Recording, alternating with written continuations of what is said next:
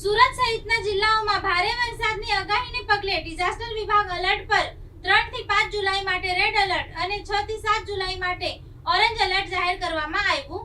હવામાન વિભાગ દ્વારા સુરત સહિતના જિલ્લાઓમાં ભારે વરસાદની આગાહી કરવામાં આવી છે। આગાહીને ધ્યાનમાં રાખીને જિલ્લા ડિઝાસ્ટર વિભાગને એલર્ટ મોડ પર મૂકવામાં આવ્યું છે। વિભાગ દ્વારા સંભવિત પરિસ્થિતિને પહોંચી વળવા માટે તમામ તૈયારીઓ શરૂ કરવામાં આવી છે। 3 થી 5 જુલાઈ દરમિયાન રેડ એલર્ટ જાહેર કરવામાં આવ્યું છે। આ દરમિયાન અતિ ભારે વરસાદની શક્યતા વ્યક્ત કરવામાં આવી છે। 6 અને 7 જુલાઈ માટે ઓરેન્જ એલર્ટ જાહેર કરવામાં આવ્યું છે। અધિકારીઓને તમામ જરૂરી સૂચનાઓ અને માર્ગદર્શન આપવામાં આવ્યું છે।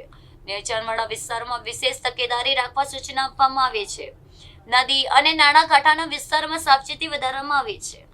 આપત્તિ વ્યવસ્થાપન ટીમોને સ્ટેન્ડ બાય પર રાખવામાં આવી છે। નાગરિકોને અનાવશ્યક મુસાફરી ટાળવા અપીલ કરવામાં આવી છે। કોઈપણ પરિસ્થિતિમાં તાત્કાલિક સહાય માટે હેલ્પલાઇન શરૂ કરવામાં આવી છે। તંત્ર દ્વારા સતત પરિસ્થિતિ પર નજર રાખવામાં આવી રહી છે। મારું નામ સાજિદ મેરુજઈ, નાયબ મામલતદાર, district emergency operation centre, collector office Surat. હાલમાં જે વરસાદની સ્થિતિ છે તેમાં ભારતીય હવામાન વિભાગ દ્વારા 1 જુલાઈથી લઈને 5 જુલાઈ સુધી ભારે વરસાદ અંગે રેડ એલર્ટ સુરત જિલ્લા માટે આપેલું છે। 6 જુલાઈ માટે ઓરેન્જ એલર્ટ છે। આને સંબંધિત વરસાદ પણ સુરત જિલ્લામાં વરસી રહ્યો છે।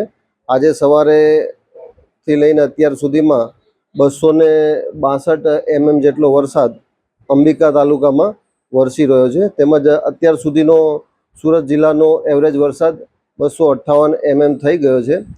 આ ભારે વરસાદની સ્થિતિમાં સુરત જિલ્લામાં ગઈકાલે એક દુઃખદ બનાવ બનેલો હતો, જેમાં માંગરોળ તાલુકામાં વીજ પોલ પડવાથી એક યુવકનું મૃત્યુ થયું હતું। આ સિવાય અમુક કાચા મકાનોને નુકસાન થયું છે। 20 જેટલા પંચાયત હસ્તકના ગ્રામ્ય રસ્તાઓ બંધ છે, તેના વૈકલ્પિક રસ્તાઓ ચાલુ છે। પ્રજાજોગ સંદેશ એ છે કે વહીવટીતંત્ર દ્વારા જે કોઈ હવામાન વિષયક આગાહીઓ આપવામાં આવે તે જાણો, એને અનુસરો। વરસાદ પવનના સંજોગોમાં અમુક નબળા વૃક્ષ હોય, વીજ પોલ હોય, હોર્ડિંગ્સ હોય કે કાચા નબળા ઇમારત હોય તેની ઓથે ઊભા રહેવું નહીં, અને આશે કોઈ દુર્ઘટનાના કારણે કે આપણને નુકસાન ના થાય તેનું ધ્યાન રાખવું। હાલમાં સુરત જિલ્લાના તમામ નદી અને ડેમો અને જળાશયો ભયજનક સ્થિતિથી નીચે છે।